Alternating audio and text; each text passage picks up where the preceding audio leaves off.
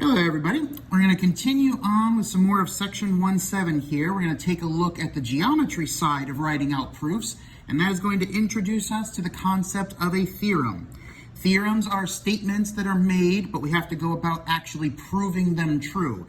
We're not going to write a proof for every single one of these theorems because some of them are a little obvious if you actually listen to the wording in them and look at the picture. But we are going to be looking at how you build a geometric proof, and we've got a few examples coming on the next page of notes as well. But first, to introduce the theorems, the first one here, titled the vertical angles theorem. All vertical angles will be congruent to each other. As you've seen in a previous problem a section or two ago, we had that when two lines were intersecting with each other, the angles directly across from each other, in this particular picture, angle 1 and angle 2, ended up being the same measurement, so we call them congruent. There's a second pair in this picture. Angle 3 and angle 4 will also be a pair of congruent angles. Any pair of angles that are vertical and directly across from each other are guaranteed to be the same measurement. The second one here, congruent complements or supplements theorem. If two angles are complementary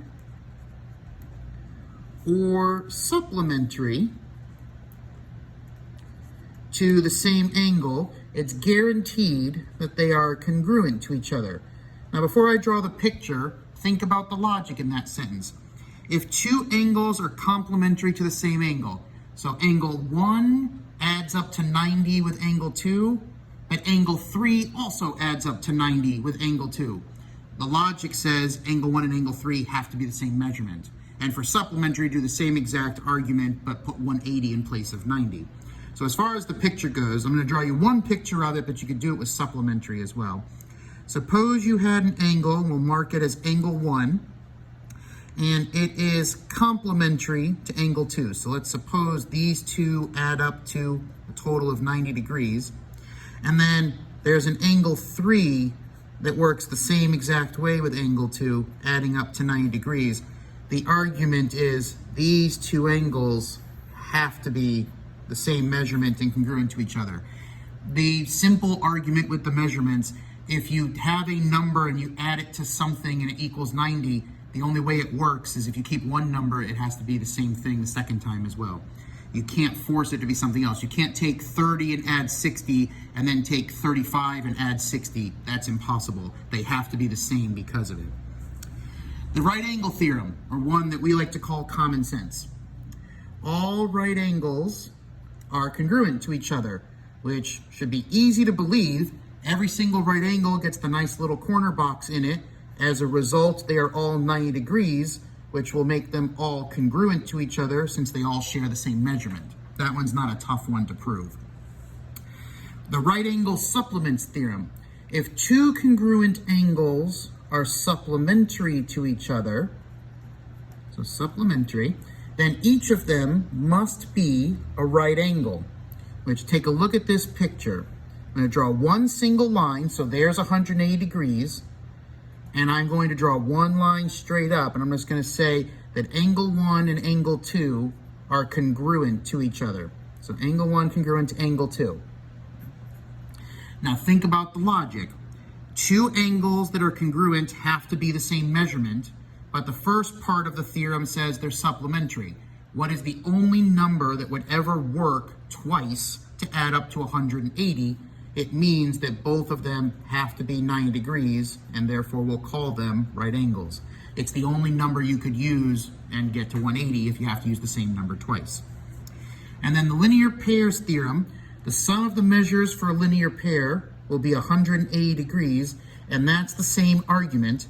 Any two angles that are adjacent, side by side with each other, that form a complete straight line, it is guaranteed that if we add them up, you must get 180 degrees. The idea being, if you know it's a straight line, it's also a straight angle. So two angles that form a straight line in a picture have to add up to 180 because they have to be a straight angle as a total as well. It's a guarantee. Similar to what you saw in the previous video, we are going to build the same kind of proof structure, a column of statements and a column of reasons, but instead of it being an algebra problem from back in Algebra 1, we're going to approach it as a geometry problem. And this one is actually going to be the proof of why vertical angles are congruent.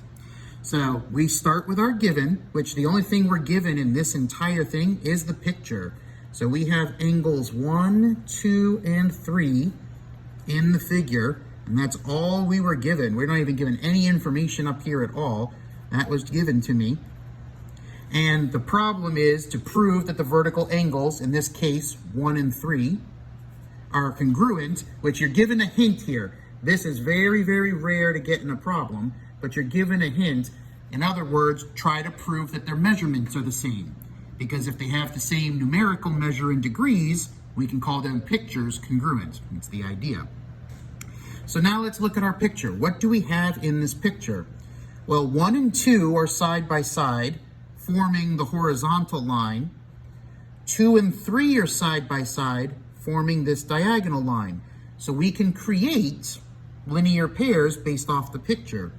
So we're going to claim that the measurement of angle 1 added to the measurement of angle 2 is 180 degrees, and that's going to be linear pairs theorem. You don't have to write the word theorem every single time. It's understood it was a theorem, so linear pair is the explanation. And we're going to argue the same thing.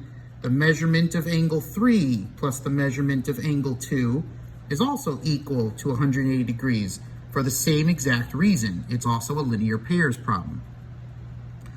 Now, this is a good moment. I would definitely make a side note on that part right there. Yes, you can get the same reason used multiple times in a proof. It happens quite often. You know, if you added, in the algebra problems from the last video, if you added something to one side and then added a number back to the other side, you would get the addition property in back-to-back lines. It can happen. It happens in geometric proofs, all the same. Now, the picture is taken care of. These are both 180. We are going to apply one of the greatest patterns you will ever see in geometry proofs. Since both of these are equal to the same number, they have to be equal to each other. And that is an example of the substitution property. So if you need to, go back to the last video and the last set of notes. You can look over what the substitution property was. But basically what we did is we took the 180 that's in this equation and we plugged something that it was equal to in its place. Because now we can do algebra.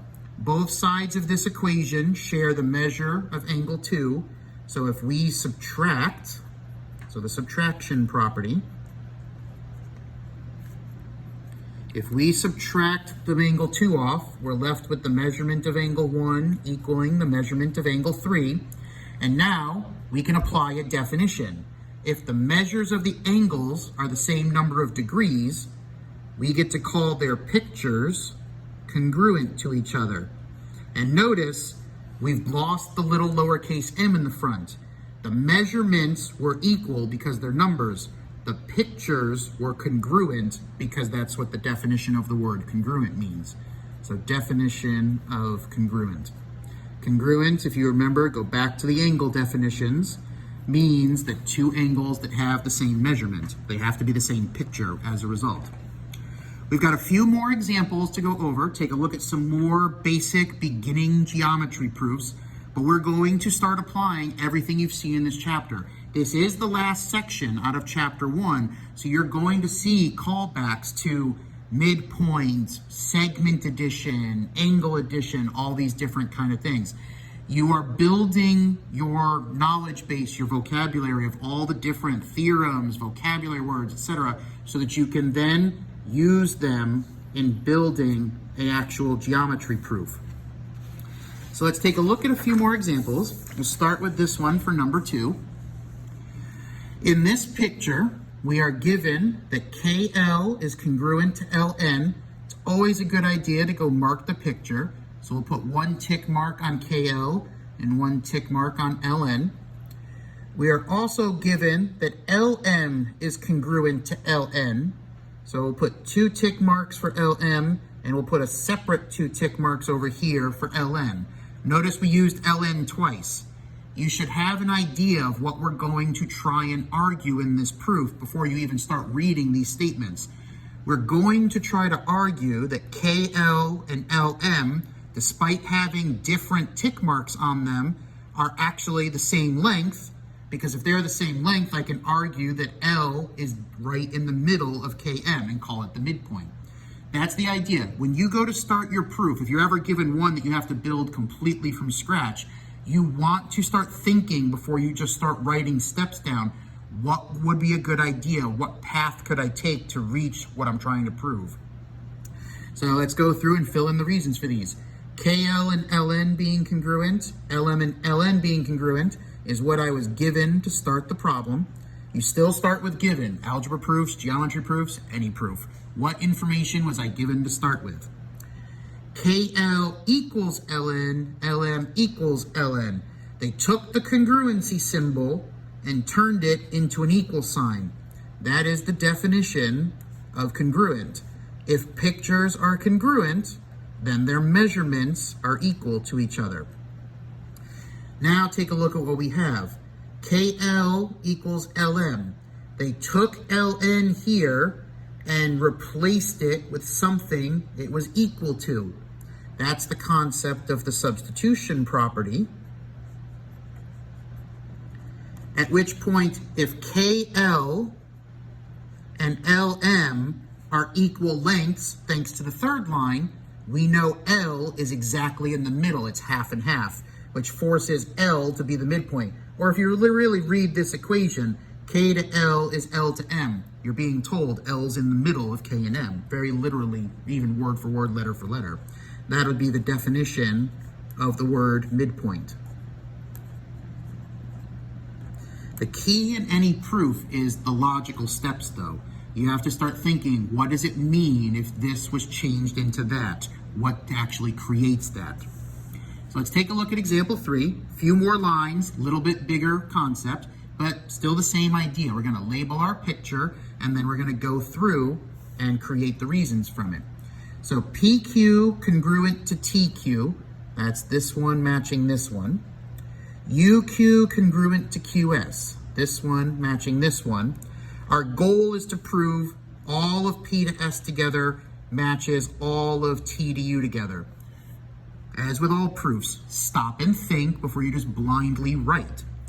If I have a part 1 and a part 2 combined together to make PS, and I have a part 1 and a part 2 combined together to make TU, it logically stands to reason the whole length of PS is equal to the whole length of TU. Basically, if I add two numbers together and get a total result, it's the same total result every time I use those two numbers. And it can never change. You can't take 2 plus 3 and have it equal 5, and then in the next part of the picture, take 2 plus 3 and have it equal 10. That's impossible. It has to stay constant. The proof is how we actually build that this will stay constant. So PQ, TQ are congruent, UQ and QS are congruent. We added that to the picture because it was my given information. And then we start taking a look. Congruency symbol turned into equal sign. That's the definition of the word congruent. We're going to turn this into equal sign so we can go do algebra with them all. PQ plus QS, if we look at the picture, P to Q plus Q to S is the entire length of P to S. That is all the way back to the first section of the chapter. That is segment addition. You took one part of your picture, added a second part of your picture, and as a result, got the entire picture. And then notice the second equation does the same thing. T to Q and Q to U to make up the whole thing, T to U. Now we start filling in some detail because we can start replacing things. TQ plus QS will end up equaling PS. Well, let's start looking at what we have. In this up here, we had TQ, and we still have it here. We had Q to U, and now we have Q to S. Well, what's been changed? We changed something that was equal. We took out QU and put QS in its place, and in the next one, similar idea, we took out PQ out of one of them and put TQ in its place. We took this statement that these were equal to each other and we traded out things that were equal. Well, as a result, that's the substitution property. So we did substitution once to change this first equation, and when we did substitution a second time to change the second equation. As I said in one of the previous examples, you really can get the same reason multiple times in a row. We did substitution twice on two different equations, so you have to argue substitution twice. But notice what you've created.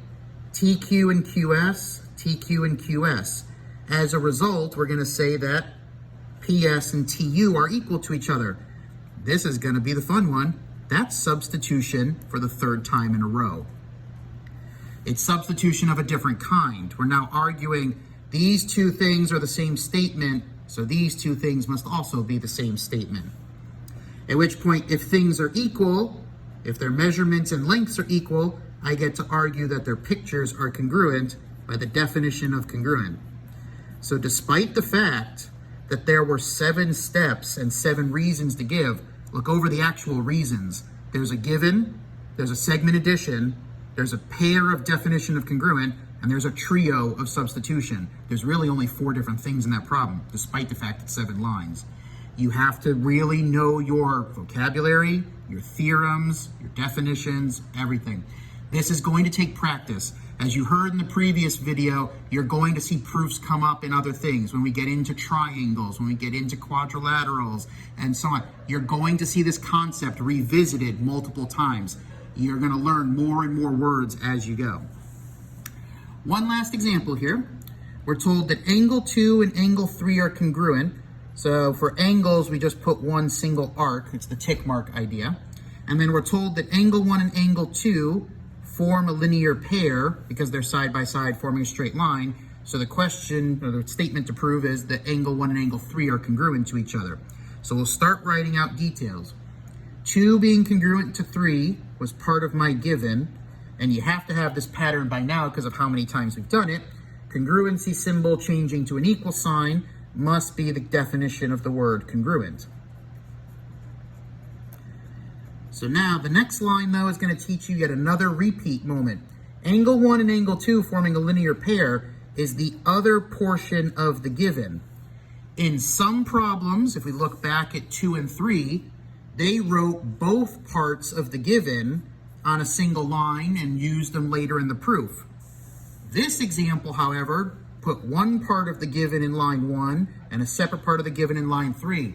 If it's part of the given, the reason is still given, whether it's split into multiple lines or not. So just like you can get multiple reasons, substitution, definition of congruent, midpoint, all those kind of things, yes, you really can get multiple givens. If they tell you multiple things in the given and it's written as separate lines in the proof, then given is the reason separate times.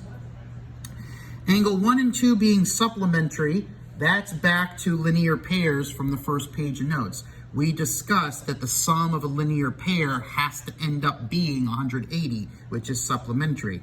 So that'll be the linear pairs theorem, because we know that because 1 and 2 are a linear pair, they also add up to 180. Now we get to change them into measurements. The measurement of angle 1 and 2 is 180.